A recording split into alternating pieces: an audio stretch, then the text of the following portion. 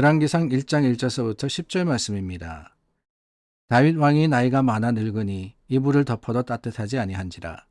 그의 시종들이 왕께 아뢰되 우리 주 왕을 위하여 젊은 처녀 하나를 구하여 그로 왕을 받들어 모시게 하고 왕의 품에 누워 우리 주 왕으로 따뜻하시게 하리이다 하고 이스라엘 사방 영토 내에 아리따운 처녀를 구하던 중 수넴 여자 아비삭을 얻어 왕께 데려왔으니 이 처녀는 심히 아름다워 그가 왕을 받들어 시중들었으나 왕이 잠자리는 같이 하지 아니하였더라.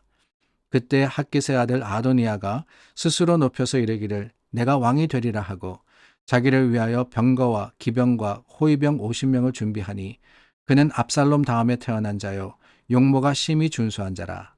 그의 아버지가 내가 어찌하여 그리하였느냐고 하는 말로 한 번도 그를 섭섭하게 한 일이 없었더라. 아도니아가 수르야의 아들 요압과 제사장 아비아달과 모의하니 그들이 따르고 도우나 제사장 사독과 여호야다의 아들 브나야와 선지자 나단과 시므이와 레이와 다윗의 용사들은 아도니아와 같이 하지 아니하였더라.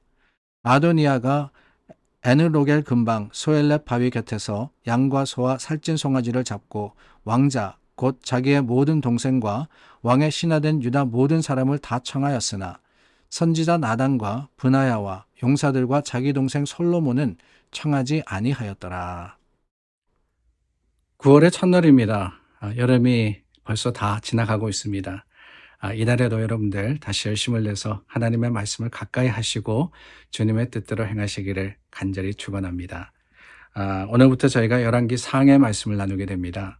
열왕기 상은 사무엘서와 그리고 역대서 사이에 끼인 책이죠.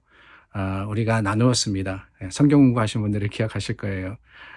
이 열왕기 상은 특별히 다윗에서부터 시작을 해서 북이스라엘과 남유다가 망할 때까지 이스라엘을 다스렸던 모든 왕들에 대한 기록이라고 말씀입니다. 우리가 사무엘서라고 할 때 조금 오해하는 부분이 있는 것 같습니다. 사무엘서는 사무엘에 대한 이야기다 라고 생각을 하는데 맞습니다. 물론 사무엘에 대한 이야기입니다. 이스라엘의 마지막 사사이자 또한 하나님의 말씀을 선포했던 대언자, 선지자 사무엘을 하나님께서 어떻게 쓰셨느냐라는 내용이 나오지만 그것만이 아니라 이 사무엘 상하에는 하나님이 이스라엘의 그 간절한 요청을 받으시고 또한 허락하셔서 사울을 왕으로 세우시고 다윗이 왕 위에 오르는 그 다윗의 사역까지가 기록된 책이 바로 사무엘입니다. 그리고 그 다윗이 죽을 즈음 오늘 말씀 1절에 보면은 다윗 왕이 나이가 많아 늙으니 그랬거든요. 거기서부터 시작을 해서 솔로몬으로 또한 그 솔로몬 이후에 왕국이 분열되고 그 왕국들이 망하는 데까지 간 것이 바로 이 열왕기 상 그리고 열왕기 하입니다. 그 반면에 그 다음에 나오는 역대상하는 이렇게 말씀드렸죠. 다윗 왕의 그리고 그 후손에 대한 이야기다라고 말입니다. 포커스가 조금 시프트돼요. 그래서 이제는 열왕, 모든 왕들에 대한 이야기가 아니라 역대상하는 다윗과 그리고 그 후손들, 그러니까 남유다를 집중해서 다루는 그런 이야기가 나옵니다. 자, 이렇게 우리가 그 당시 왕국 시대를 생각을 하는데 그 중에 오늘 첫 번째 다윗입니다. 1절 말씀 다윗이 늙었다 그랬죠. 이불을 덮어도 따뜻하지 아니한지라.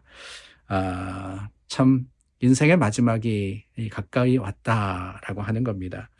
사무엘상에 보면은 다윗을 표현하기를 빛이 붉고 아주 잘생긴 아름답던 사람이었다라고 표현을 했죠. 다윗이라는 사람이 하나님 보시기에도 좋았을 뿐만 아니라 사람들이 보기에도 칭송할 만했다라고 하는 겁니다. 그런데 여러분, 그 청년 다윗은 어디 가고 늙어서 이불을 덮어도 따뜻하지 않게 되었다. 저는 이 말씀, 이 한 구절을 보면서 그런 생각을 했습니다. 때가 이르기 전에 우리가 정말 하나님의 말씀, 하나님의 뜻대로 살아야 되겠구나라고 말입니다. 그날이 이르기 전에 하나님을 기억하자 그랬죠. 그날이 언제입니까? 우리 모두에게 다가오는 하나님의 부르시는 그날입니다. 하루하루 살아가면서 어느덧 보니까 내가 50이 되었고 60이 되었고 70이 되었고 인생은 그렇습니다. 그렇기 때문에 지혜가 뭐냐? 지혜롭다라는 것은 오늘 우리가 이 하루를 귀하게 여겨서 하나님의 말씀과 하나님의 뜻대로 살아가는 거예요. 늙기 전에, 아니 늙었다 할지라도 하나님의 부르시는 그때에 이르기까지 우리가 쉬지 않고 주님의 말씀대로 행할 때 하나님께서는 하나님의 백성들을 복되게 하시고 또한 주님의 약속, 그 영원한 나라의 약속을 반드시 이루어 주실 겁니다. 다윗이 늙었습니다. 그런데 오늘 말씀에 보면은 그 왕국에 위기가 찾아옵니다. 아도니아라는 다윗의 넷째 아들입니다. 이 아도니아가 반역을 계획하는 거예요. 그런데 그 반역을 계획하는 그 과정을 가만히 읽다 보니까 이 아도니아라는 사람이 참 능력이 있는 사람입니다. 사람들을 동원하기도 하고 또 그 사람들을 이렇게 자기에게 마음이 끌리도록 하기도 하고 참 능력 있고 어떻게 보면은 왕이 될 수 있는 충분한 자격을 갖춘 사람이 아닌가라는 생각이 들어요. 그도 그럴 것이 이 다윗이 늙어서 이제 죽을 날이 멀지 않았을 때 누구보다도 빠르게 발을 움직인 사람이잖아요. 누구보다도 빨리 내가 저 왕위를 차지하기 위해서 이래야 되겠다, 저래야 되겠다. 꾀를 낸 사람이 아도니아라 하는 것은 그만큼 정치적으로 세비하고 뿐만이 아닙니다. 여러 모양에 있어서 능력을 갖추었다라고 판단할 수 있다는 거예요. 그런데 여러분, 물론 우리는 역사를 잘 알고 있기 때문에 다윗을 이어서 왕에 올라간 사람이 누구냐? 솔로몬이라는 것을 압니다. 아도니아는 어떻게 됩니까? 당연히 반역을 실패를 하게 되는 거죠.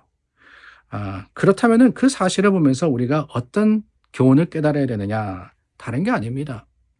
아무리 능력이 있고 아무리 세상적으로 뛰어난 사람이라 할지라도 하나님이 보시는 게 뭐냐? 하나님이 보시는 것은 마음이다 라고 하는 거예요. 마음이다. 재능이나 술수가 세상 속에서는 성공의 척도가 될 수 있지만 하나님 안에서는, 하나님의 역사 속에서는 절대로 하나님께서 들어쓰시는 능력이 아닙니다.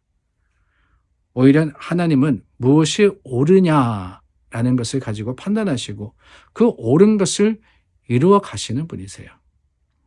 하나님의 계획과 하나님의 섭리는 이미 다윗을 이어서 솔로몬이 왕이 되는 것이었기 때문에 아도니아가 아무리 세상적으로 꾀를 내었다 할지라도 그 꾀가 이루어질 리가 없는 겁니다.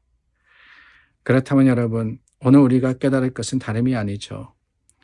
하나님은 우리의 중심을 보시는 하나님이시기 때문에 우리가 하나님의 일을 하고 오늘 신앙인으로서 살아갈 때 어떻게 해야 되겠습니까? 다른 게 아닙니다.